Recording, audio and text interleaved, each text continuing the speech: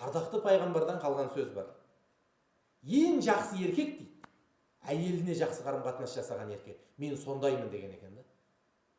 Негізі біздің бабаларымыз сондай болған. Біз кейінгі уақыттарда, ой, мен әйелімді қабағыммен жүргізем, мен ұшып дегенде ұшып кетеді, мен жаңағы бүйтіп қалғанда бүйтіп қалады деген нәрсе, ол әйелдің нәзік жыныстылығын пайдалану ғана, басқа түк емес.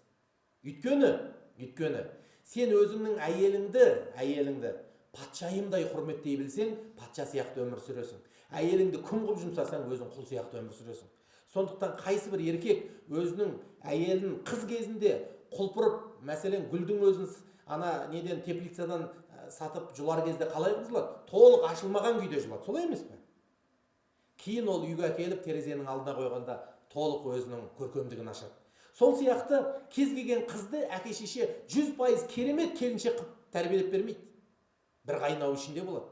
Сол бір қайнау ішінде болған қызды сылап сипап, тәрбиелеп, мейіріміңді төгіп, махаббатыңды сыйлап, ол үшін материалный игілігіңді жұмсай отырып, оны керемет, келісті бәйбіше, немесе көркем келіншекке айландырып алу азамат жігіттің мойнындағы міндет.